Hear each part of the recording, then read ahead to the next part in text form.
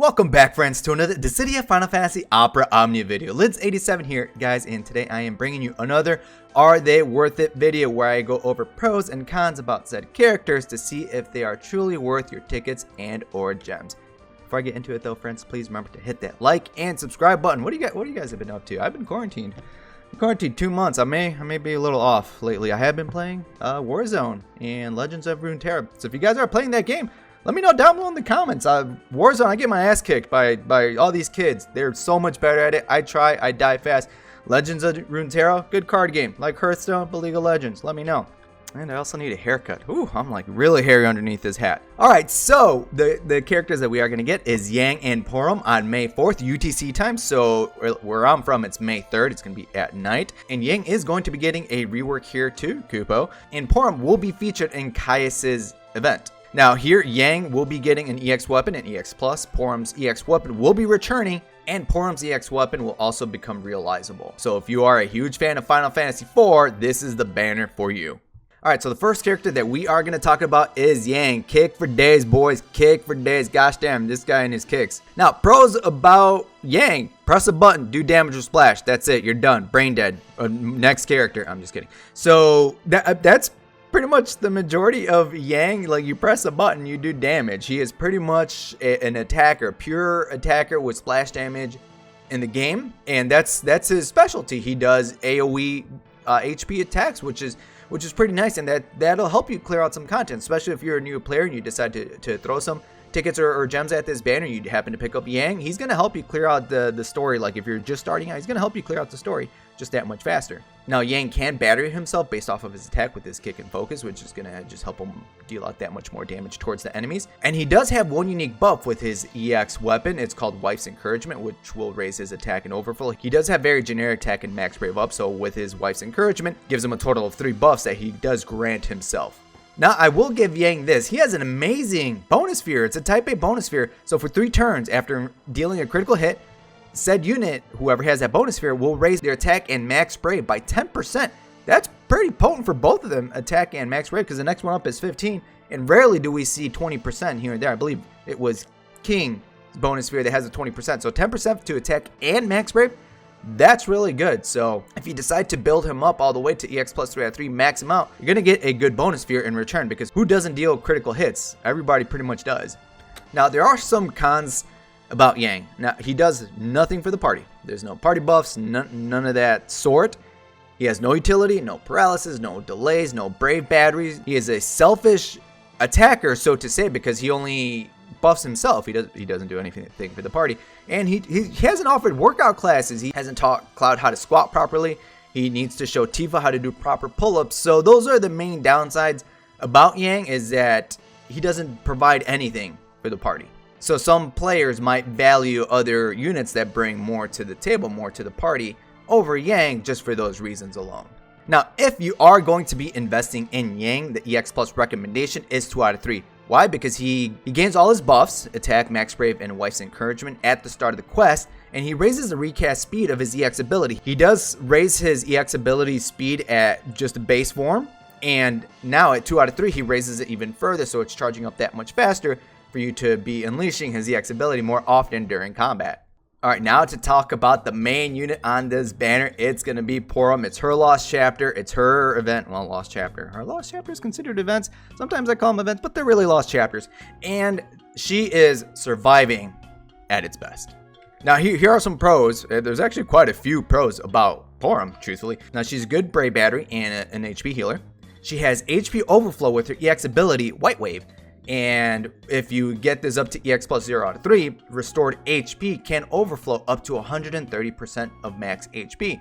That means your units, once they're healed and use White Wave, they will overheal more HP towards your party, meaning they could take more HP attacks, which is pretty damn good, truth be told. Now, she does have some interesting noteworthy passives. Actually, now at C15, she will raise the party speed while she is buff. So I guess depending on who you pair her with, if you pair up with some like units that do take advantage of countering or evading, like Galv or Shadow potentially, you may not want this just because you want to be able to counter more often.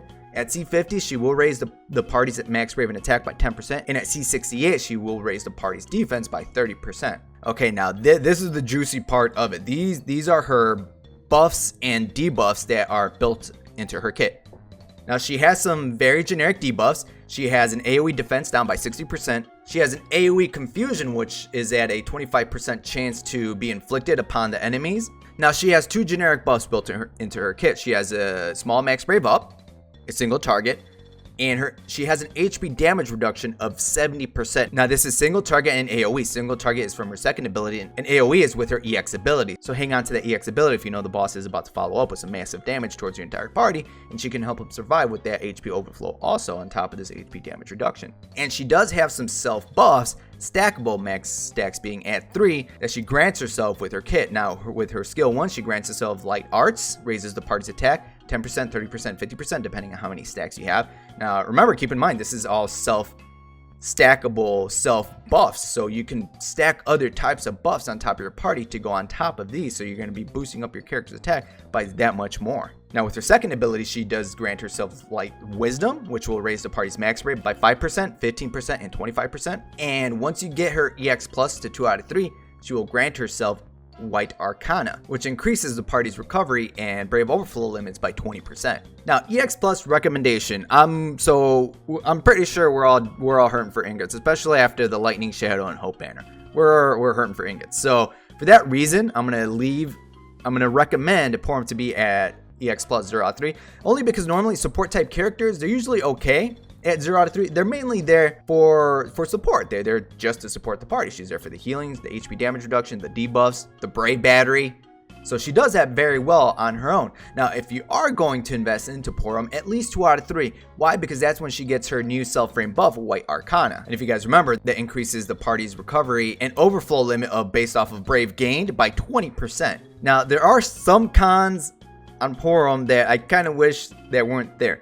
Now, she has no real way of dumping out her Brave outside of her EX ability and HP attack. I kind of wish they had some kind of Brave dump with her first and second ability. That would have been really cool. And also, she has no free turns after using her abilities. Now, what she does it very well, but because she has no Brave dump or no free turn, so to say, this can start taking away at your max turn count, especially if the quest has a very tight turn count requirements. So I guess some ways to remedy this is to bring units who have free turns built into her kit, like Vayne, Arciala, Ramza, just to name a few, to kind of help make up for her not getting free turns, so to say, or having that Brave dump, because you have to wait until her EX ability is up or use her HP attack. Alright friends, now we're at that part of the video. Are they worth it? Are they worth your tickets and or gems? Tickets? Sure. Do it up. Honestly, I have no problem with you guys throwing tickets on this banner. It seems alright. Now, gems, I will say this. You can never have enough supports, because supports in this game, like a lot of supports going forward, also, they're going to be really good. Porom is a really good support. Now, let's talk about Yang first.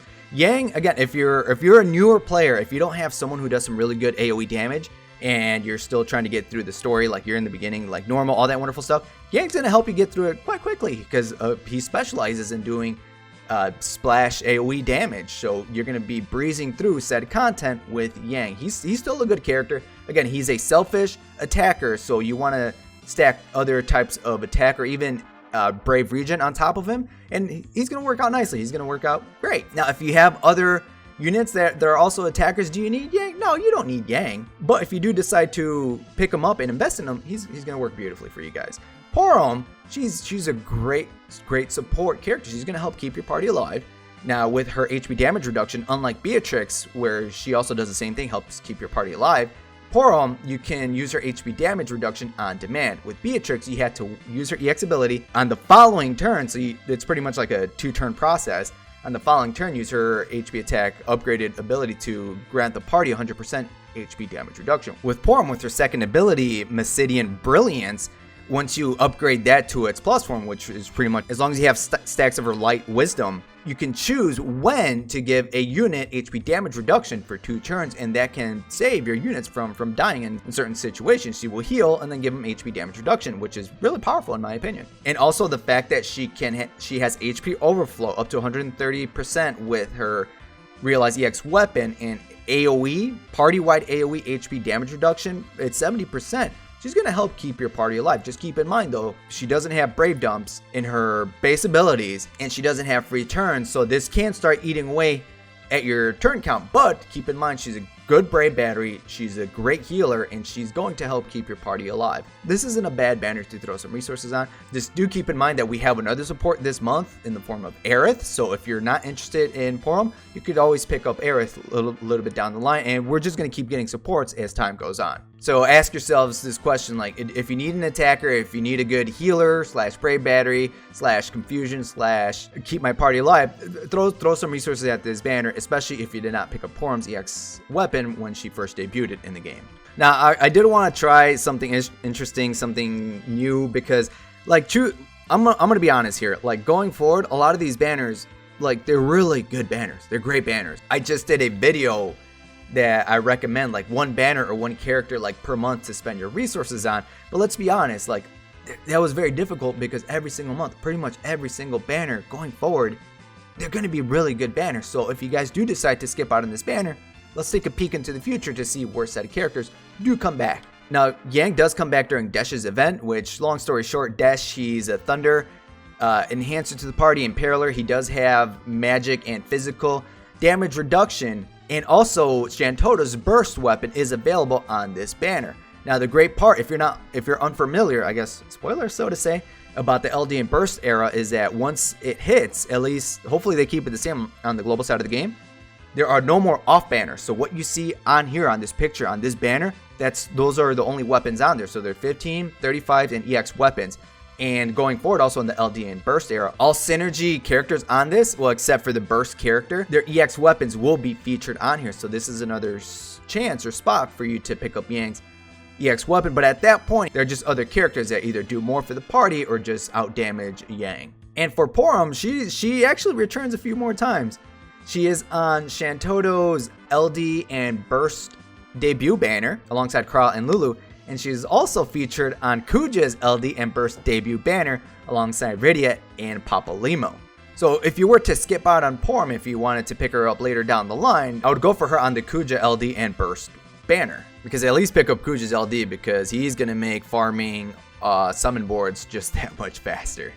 That is it for this video, friends. I want to thank you guys for watching my Are They Worth It video series. Be sure to let me know down below in the comments what you guys are going to do. Me personally, I already have Porom. I picked her up when her event first debuted, just because me personally, I'm not a big fan of Yang. Truthfully, I mean, I have other attackers that I just prefer over Yang. Yang's not bad. Yang's fine. Again, he's AoE, splash damage, all that wonderful stuff. He's good, but I just prefer Porom. I have Porom. I'll probably just realize her EX weapon and leave it at that. I'm out of ingots. I guess I'll get one in return. So we will see how that goes, because I also have Aerith's EX weapon, who she is also this month, and she is also great with her realized EX weapon. All right, friends, so that's what I'm planning on doing. Again, let me know down below in the comments what you guys are going to do. Are you guys skipping? Are you guys hurting already from the Lightning Shadow and Hope banner?